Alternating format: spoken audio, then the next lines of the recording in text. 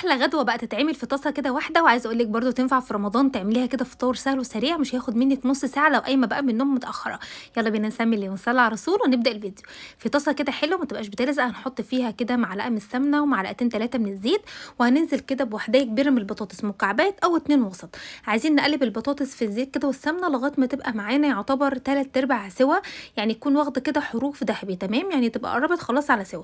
هنشيلها وفي نفس السمنه والزيت هحط بصلايه، البصلايه تدبل، وهنزل بربع كيلو من لحمه مفرومه، ممكن اقل كمان. تمام.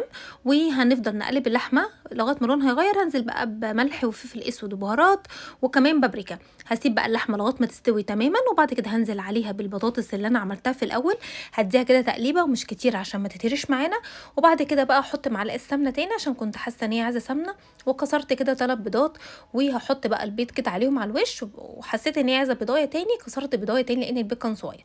وبعد كده هنا بقى هنهدي بوتاجاز على الاخر خالص لغايه ما البيض يستوي معانا، والبيض خلاص داخل على سوا. هنحط بقى جبنه موتزاريلا ونغطي عليها كده الغطا ونسيبها بقى لغايه ما الجبنه تسيح، وبقى عندنا احلى اكله تتغمس بالعيش. مش قادره اوصف لكم جمالها عامل ازاي، ميكس تحفه مع الجبنه مع البطاطس مع اللحمه المفرومه، وعيش بقى كده مفقع كده يا سلام ومخلل. بس كده عايزه اقول لك مش عايزه اي حاجه تاني جنبيها. ما تنسوش بقى لايك الفيديو ومتابعه للصفحه عشان اوصلكم ان شاء الله كل فيديو جديد نزله.